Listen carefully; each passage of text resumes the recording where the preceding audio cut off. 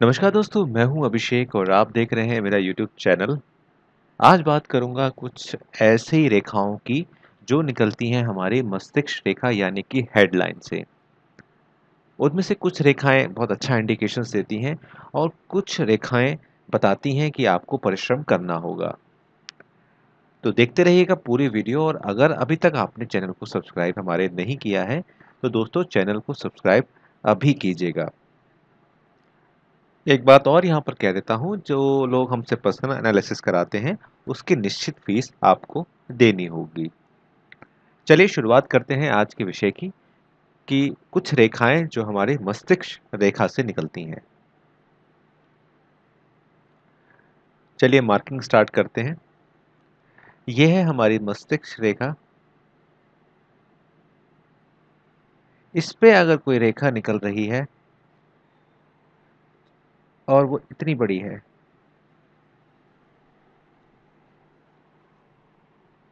तो यहाँ पर ये बात आती है कि जो 35वां और 36वां साल होगा, वो जो साल होगा आपका वो थोड़ा परिश्रम करने वाला साल होगा। साथ ही साथ क्योंकि ये मिडिल मंगल पर है, ये हमारा मंगल का बीच का एरिया है, तो ये जो समय होगा इसमें आपको बहुत ध्यान में रखते हुए निर्णय लेने होंगे अपनी लाइफ में। क्योंकि ये समय जो 35 साल से लेके जो 37 साल तक का जो ईयर होगा आपकी लाइफ का, अगर आपके हाथ में ये इंडिकेशन है तो आपको जो निर्णय लेने होंगे वो बहुत ही ज़्यादा ध्यान में से लेने होंगे, पूरी रिसर्च करके लेने होंगे।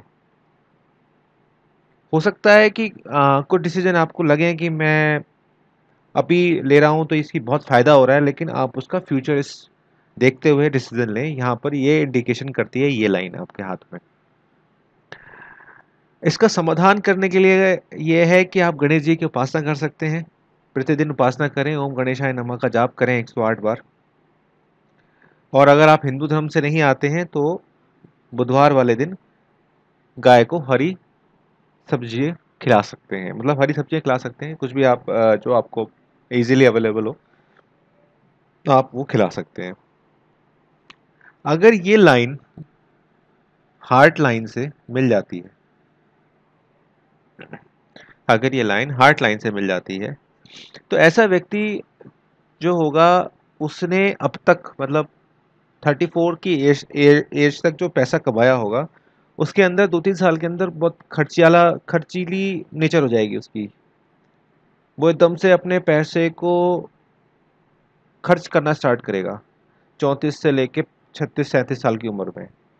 तो ये जो इंडिकेशन है ये काफ़ी अच्छी इंडिकेशंस मैं नहीं कह सकता, क्योंकि आप एकदम से आपके अंदर टेंडेंसी आएगी, सडनली आप को लगने लगेगा कि मैं ये भी खरीद लूँ, मैं वो भी खरीद लूँ। तो ये टेंडेंसी अगर आपके अंदर आ गई है और आपकी उम्र भी उतनी ही है तो आपको थोड़ा सा ध्यान रखना चाहिए, क्योंकि आपने बहुत मेहनत करी है इन दी पास्ट और वो पैसा आपको बचा के चलना चाहिए। तो जितना भी आप पैसा बचा के चलेंगे वो आपके लिए बेटर रहेगा। तो ये कहने का मतलब यहाँ पर ये हो गया कि जब आपकी कोई रेखा माइंड लाइन से निकली और हार्ट लाइन पे जाके मिल गई, उसके ऊपर नहीं गई है, वो हार्ट लाइन तक रुकी हुई है, तो कहीं ना कहीं एक्स्ट्रा एक्सपेंसिव हो जाएंगे, आप एक्स्ट्रा खर्चा करने लग जाएंगे आप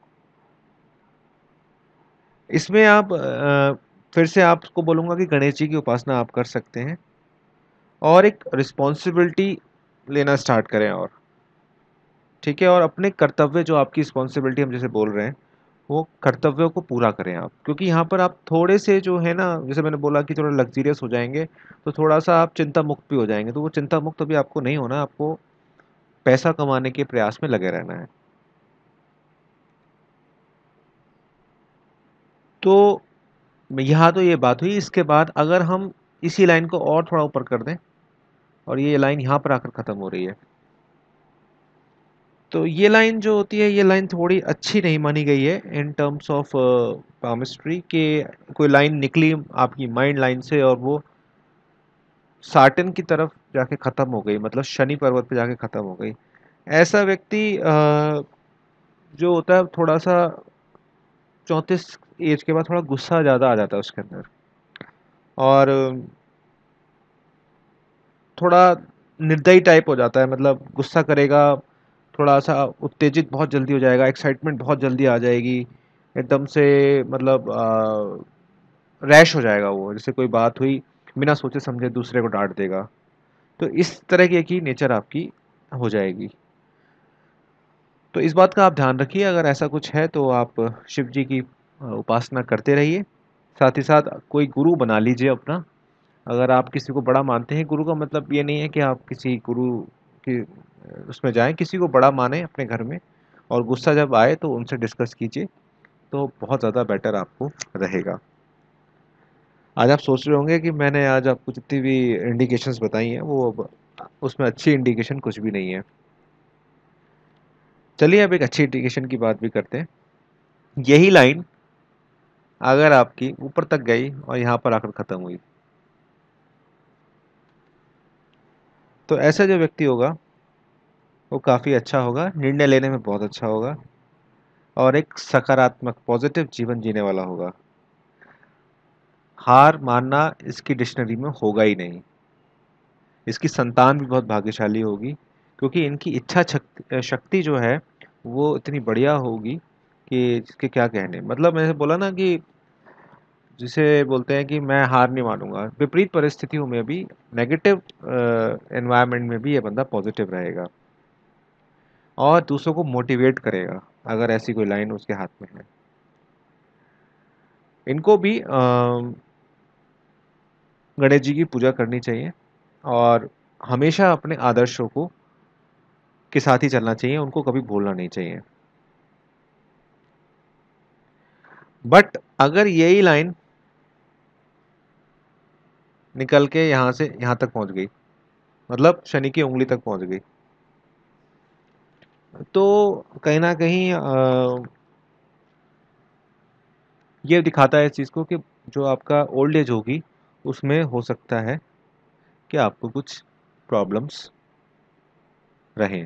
और दूसरी बात ये होगी कि ऐसा जो व्यक्ति होगा जिसकी एक लाइन निकली माइंड लाइन से, और वो सब चीज़ों को क्रॉस करते हुए सीधा उंगली पर चढ़ गई, ऐसा व्यक्ति थोड़ा ट्रेडिशनल हो जाएगा। उसको मॉडर्नाइज चीज़ों में ना इंटरेस्ट नहीं आएगा, वो हर चीज़ को कंपेयर करते देखेगा अपने ज़माने से।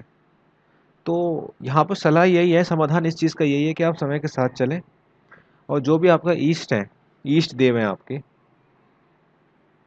उनका ध्यान आप करते रहिए। तो ये तो था एक छोटा सा वीडियो मैंने आज आपको बनाया। अगर पसंद आया तो कमेंट कीजिएगा, इंग्लिश का वीडियो भी बनाऊंगा इसका। और अगर आप मुझसे कांटेक्ट करना चाहते हैं या आप दीप्ति जी से कांटेक्ट करना चाहते हैं, तो आप हमें व्हाट्सएप पर इन नंबरों पर कांटेक्ट कर सकते हैं। और जैसे मैंने आपको पहले ही बताया कि पर्सनल एनालिसिस जो होते हैं वो पेड होते हैं, आपको एक निश्चित फीस देनी होती है, और बहुत जल्दी ही आप सभी को फेस रीडिंग की भी वीडियोज़ अब मैं दूंगा। तो बने रहिएगा मेरे साथ इसी तरह से, फेस रीडिंग की वीडियोज़ बहुत जल्दी स्टार्ट होने वाली हैं।